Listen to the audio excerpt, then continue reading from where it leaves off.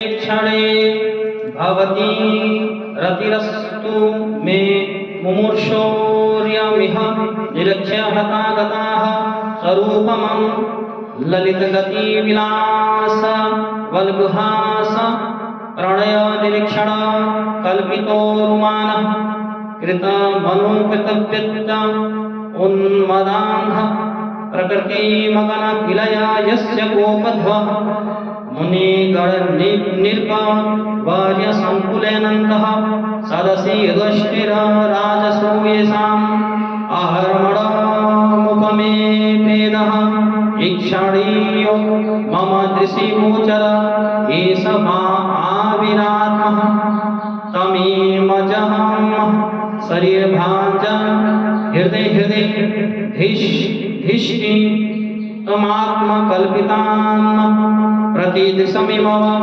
नैकधार्कमेकं समधिगतो अस्मि विधूतभेदमोह स्तुतुवाचः कृष्ण एवं भगवती मनोवाङ्गदृष्टिवृत्तिभिः आत्मन्यमात्मनमावेश्य सोऽनन्तः श्वास उपरामत सम्पदमानमाज्ञ भीष्मं ब्रह्मणि निष्कले सर्वे बभूवस्तु तूक्ष्णी भयाश्रीवादिनाथये तत्र दुन्दभयो नेतुर्देवमानववादितः संशुश्रूह साधवो राज्ञं हात्वेकुः पुष्पवृष्टयः। अर्जुन के रथ की रक्षा में सावधान जिन कृष्ण के बाएं हाथ में घोड़े की रास दाहिने हाथ में चाबुक, इन दोनों की शोभा से उस समय जिनकी अपूर्व छवि बन गई थी, एवं महाभारत युद्ध में मारने वाले वीर जिनकी इस छवि का दर्शन करते रहने के कारण सारूप्य मोक्ष को प्राप्त हो गए, उन्हीं पार्थ सारथी भगवान श्री कृष्ण निज वर्णाश्रम की परम गति हो, जिनकी लटकीली सुंदर चाल, भाव भाव युक्त चेष्टाएं, मधुर मुस्कान और प्रेम भरी चितवन से अत्यंत सम्मानित गोपियां रास लीला में उनके अंतर्धान हो जाने पर प्रमोद नाद से मतवाली होकर जिन लीलाओं का अनुकरण करके तन्मय हो गए थे, उन्हीं भगवान श्री कृष्ण में मेरा परम प्रेम हो। जिस समय युधिष्ठिर का राजस्व यज्ञ हो रहा था, मुनियों और बड़े बड़े राजाओं से भरी हुई सभा में सबसे पहले सबकी ओर से इन्हीं सबके दर्शनीय भगवान श्री कृष्ण की मेरी आंखों के सामने पूजा हुई थी। वे ही सबके आत्मा प्रभु आज इस मृत्यु के समय मेरे सामने खड़े हैं। जैसे एक ही सूर्य अनेक आंखों से अनेक रूपों में दिखते हैं, वैसे ही अजन्मा भगवान श्री कृष्ण अपने ही द्वारा रचित अनेक शरीरधारियों के हृदय में अनेक रूप से जान पड़ते हैं। वास्तव में तो वे एक और सबके हृदय में विराजमान है। उन्हीं भगवान श्री कृष्ण को मैं भेद भ्रम से रहित होकर प्राप्त हो गया। सूची कहते हैं, इस प्रकार भीष्म पितामह ने मन, वाणी और दृष्टि की वृत्तियों से आत्मस्वरूप भगवान श्री कृष्ण में अपने आप को लीन कर दिया। उनके प्राण वही लीन हो गए और वे शांत हो गए। उन्हें अनंत ब्रह्मांड में लीन जानकर सब लोग वैसे ही चुप हो गए जैसे दिन के बीत जाने पर पक्षियों का कलवर शांत हो जाता है।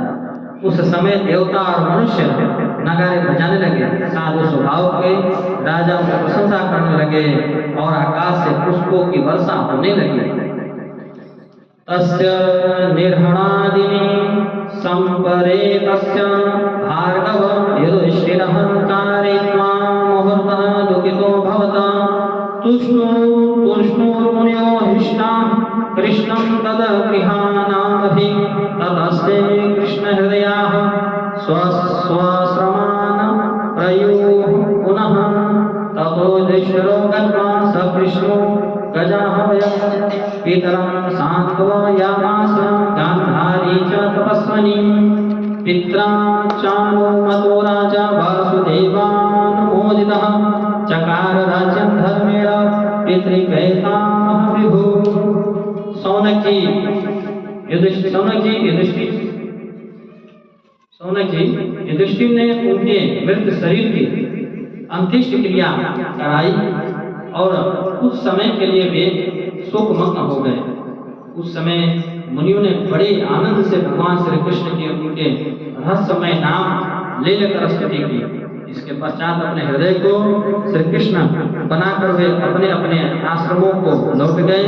तदंतर भगवान श्री कृष्ण के साक्षात युधिष्ठिर हस्तिनापुर चले गए। श्री कृष्ण के साथ युधिष्ठिर हस्तिनापुर को चले गए और उन्होंने वहां अपने चाचा धृतराष्ट्र और तपस्वी गांधारी को आदेश बताया। फिर धृतराष्ट्र की आज्ञा और भगवान श्री कृष्ण की अनुमति से समर्थ राजा युधिष्ठिर अपने वंश परंपरागत साम्राज्य का विधिपूर्वक शासन करने लगे। श्रीमद्भागवते महापुराणे पारमहंस्यं संहितायां प्रथमस्कन्धे युधिष्ठिरराज्य प्रलम्भो नाम 9 अध्यायः।